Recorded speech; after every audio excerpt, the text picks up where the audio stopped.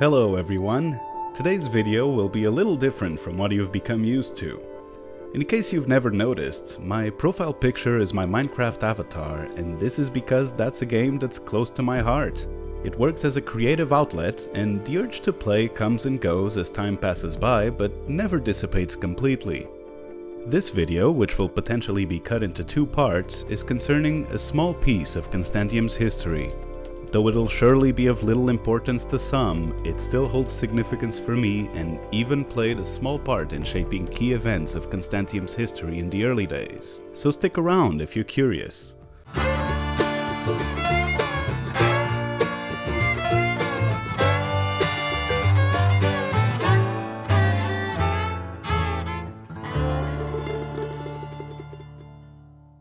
It all started with my own origins on the server, and I'm going to take you back right to the beginning. Around the first week of July of 2016, I felt like playing Minecraft. After messing around in single player mode for a couple weeks and looking at Minecraft videos on YouTube, 2b2t related content started showing up on my recommended videos a lot.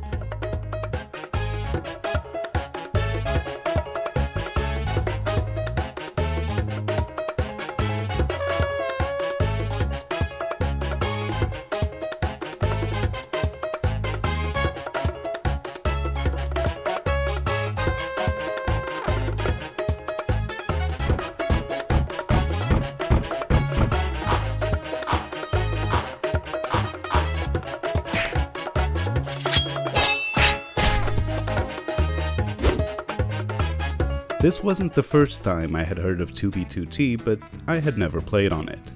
I also didn't play it then, because the dreaded queue had already been implemented, and I decided that waiting around for 6 hours attempting to play a game only to eventually get disconnected within 10 slots of logging in just wasn't worth it. The concept that most called out to me about a server like 2b2t was the aspect of not having map resets. I liked the thought that I could make something that could potentially last forever, even if it was in a virtual environment, even if forever only meant for the duration of the server's existence. I started looking for Minecraft servers with no resets and found out that that's something pretty much tied to Anarchy. The Anarchy portion of it, not having chat moderation, being able to use hacks, that didn't actually matter to me all that much. In my search, I came across a blog post by James Rustles. I didn't know much about this player at the time, but in this post he spoke of an Anarchy server with no resets, Constantiam. The blog post in question got 4,600 views before he eventually took it down. I joined Constantiam on the 23rd of July of 2016. I started walking out of spawn towards positive X and got immediately killed trying to do so. I respawned, started walking out, and the same person drove their diamond sword through my skull again. The third time, I walked out unimpeded. I was still going the same direction, following the positive X-axis. It turned out persistence was key. My killer's attention had been drawn to other people who, instead of leisurely walking out of spawn, decided to stick around and tried the famous begging for food technique. I soon found out the reason I died those couple times. A few players who had been on the server before me were taking it upon themselves to stem the flow of newbies coming to the server after learning of it from the same post that I did. The IGN of the person responsible for my first and second deaths was Ebola-chan. The other two players were Malaria-sama and Jedding. I decided to keep walking in the overworld until I found some food along the axis. I found some in relatively short order since the server was still young, and soon after I came across a nether portal already decently away from spawn, though I can't remember the exact coordinates. I got on the nether highway and kept making my way forward. Eventually I made it to the 50,000 block overworld mark and saw that there was a portal right there on the highway. I decided to go through and check out the other side, even knowing that this might be a risky maneuver. When I emerged in the overworld, I saw to my surprise that it wasn't a trap. There wasn't just destruction all around. I immediately noticed a path zigzagging through the forest and torches set on cobble walls that someone had put up.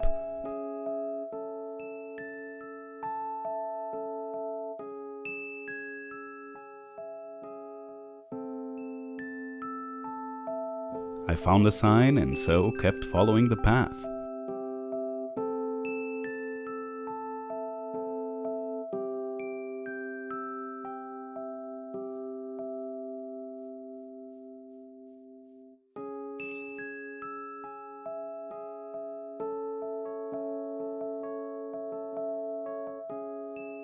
Shortly after, that's when I saw it in the distance.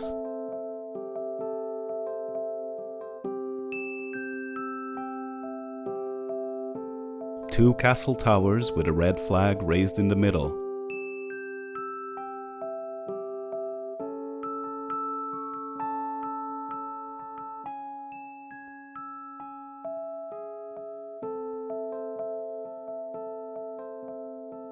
It was the 50K monument.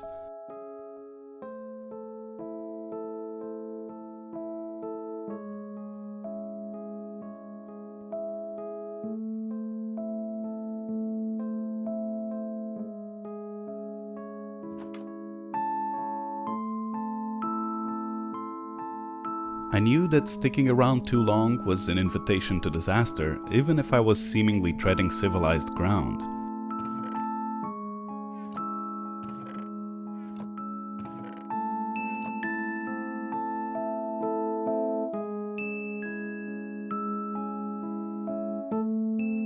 I harvested some crops and replanted them for whoever came next. After I was done looking around, I figured I'd take one of the horses someone had left behind, but they had no saddles on them, and I hadn't acquired one yet.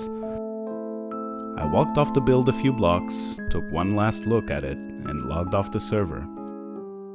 I felt pretty satisfied that I had not only made it out of spawn and found food on my own, but I had also found signs of civilized life.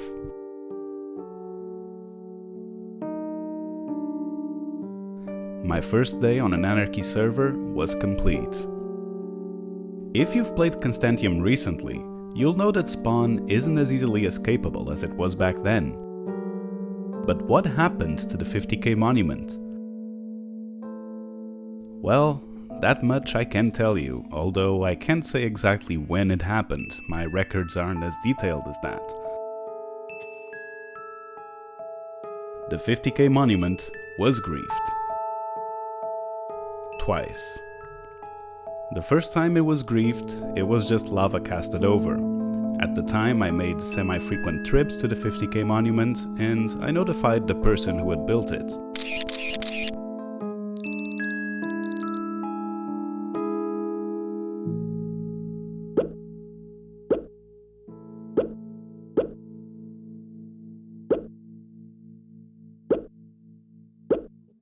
They dug it out from under the cobble and replaced the blocks as needed.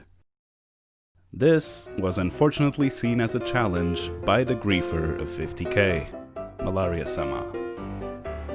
He came back shortly thereafter and mined the 50K monument, one block at a time, until it was no more.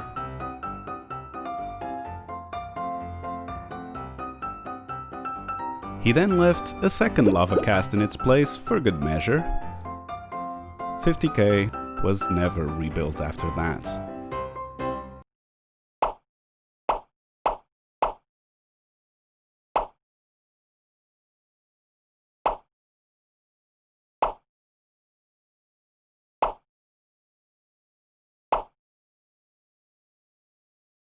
And that was the story of my first day on Constantiam and the story of the 50K monument.